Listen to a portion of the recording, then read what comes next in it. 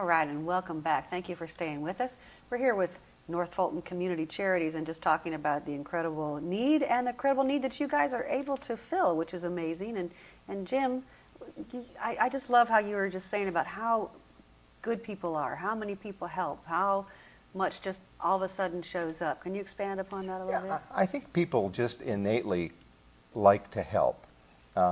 And the beauty is you can help a lot, you can help to whatever extent you're able to help. And we see it every day at North Fulton.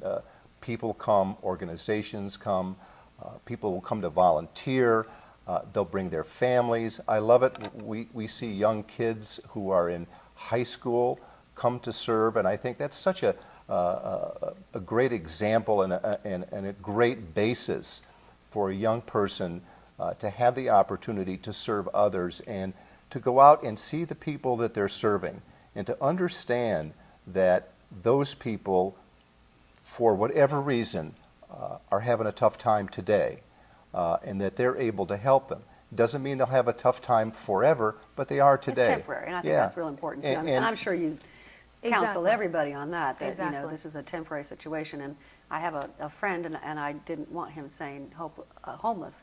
I said, it's temporary. You're displaced. That's right. And you are displaced. Right. You're not homeless. Well, I often or don't speak about that to internalize that label. You don't. Right. You Well, don't I like often say this is we all need help. We didn't get here by ourselves. Someone got us to where we are, and so a helping hand is just so important.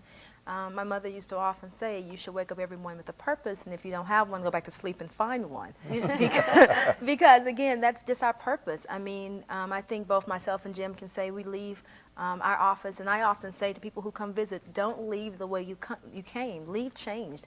Leave knowing that there's an impact that needs to be made. There's an advocate that needs to be done, avocation.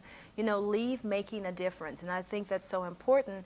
And people think that they have to do something big, but as Jim said, it's filling a bag of groceries, and Jim is very modest. He doesn't just get handed out. Sometimes he even walks them to their car, and, you know, if it's a single mother with a child, he actually loads the car up. He makes sure the child is taken care of. So, you know, it's those small little things that our families really look forward to. They trust us because they know that their best interests are taken care of.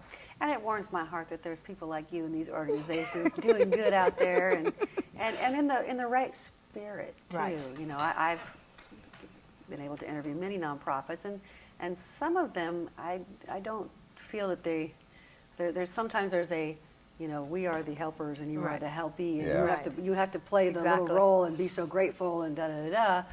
And, you know, I don't think that that's really serving. I will tell you, Tammy, this was a very big challenge for me. I'm not an in front of the camera person. So I actually was going through my entire agency saying, so who else would like to do this? But, you know, because I think for me, I get up every morning and go to a company that I love to work for, because I just know at night it makes me go home and be appreciative of the child that now can sleep or continue to sleep in his or her own bed.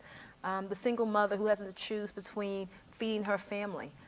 Those are some good things to do. You know, I go to work not because there's a paycheck deposited into my account, but simply because I know that families are being served and that we are advocating for the face of homeless. And I'm pretty sure being in this community, you understand that that face is changing a lot. The average age of homelessness is 6. That's a child. The average age, and that, you know, we're seeing that. And of course, you've probably gotten these questions, you know, well, why can't they get a job? Well, unemployment is 10.3% in Georgia. I know exactly. there are many people that would love to have a job. And, exactly. you know, it's just not out there. Exactly. We hear from our families all the time. It's not that we don't want to work. There is no place to work.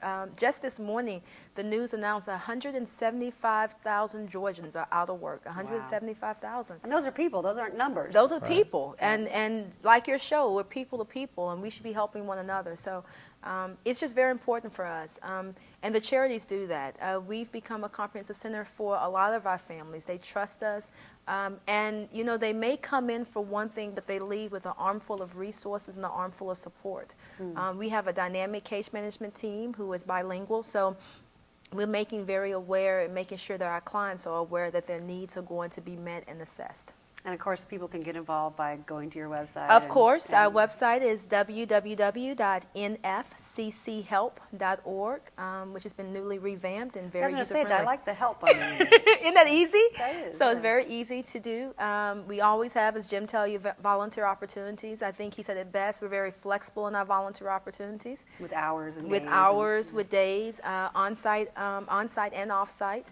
I always plug in for our thrift shop. It is open to the public, and as you said before, it covers overhead and operating expenses. But if you're nifty and thrifty and you like those good bargains, it's a good time for that as well. So. I am the bargain queen. I love thrift shops. That's actually my fun. Yeah. Because you don't have to spend a lot of money, so you don't feel bad. Exactly. And exactly. you're going on the hunt. It's a treasure exactly. hunt. Okay? Exactly. And You'll you find get- interesting things. Yeah. You have to get in the zone. Okay, you have to get in the zone, and then when you do, I call it shopper's high. Exactly. and you feel better because you've helped someone else. Right. Plus, you've made it much easier on your pocketbook. So, especially in this economy, we always are looking for a good deal. So. I started going to thrift stores when I was 12 years old. Oh, wow. See, so I'm It's ingrained. Yeah. I brag about how little I pay for things. Exactly, exactly. If more people were you, Tammy, our world would be so much easier with the economic recession, I think. So. Well, it feels gloom and doom, certainly, but it really isn't. It's No. just a shifting. It is. It's a shifting, and the young people volunteering, it means that they're balancing out more Yeah. capitalism with, conscious capitalism. Yeah. Exactly. That we all need to do well, and we all can do well, and just, being the top of the corporate world is not happiness. Exactly. It's actually connecting to people, Right. and when you give, you get, and it's vice versa. And I think it's probably easier to be a volunteer than to be the recipient of those services. Oh, know? absolutely. It's always a lot easier, and it's one of the reasons when I leave North Fulton, it's the highlight of my day. Aw. I feel so good. I want to give him a hug. I know, don't you? But it's Rick, you wanna squeeze it's him. really the truth. I'll get home and my wife will say, "How was your day?" And if it's a Wednesday, it's the best because that's the day that I'm there. And I did some other work with Vonda earlier in the year on one of her fundraising events, and that was fun because it got me involved with other people.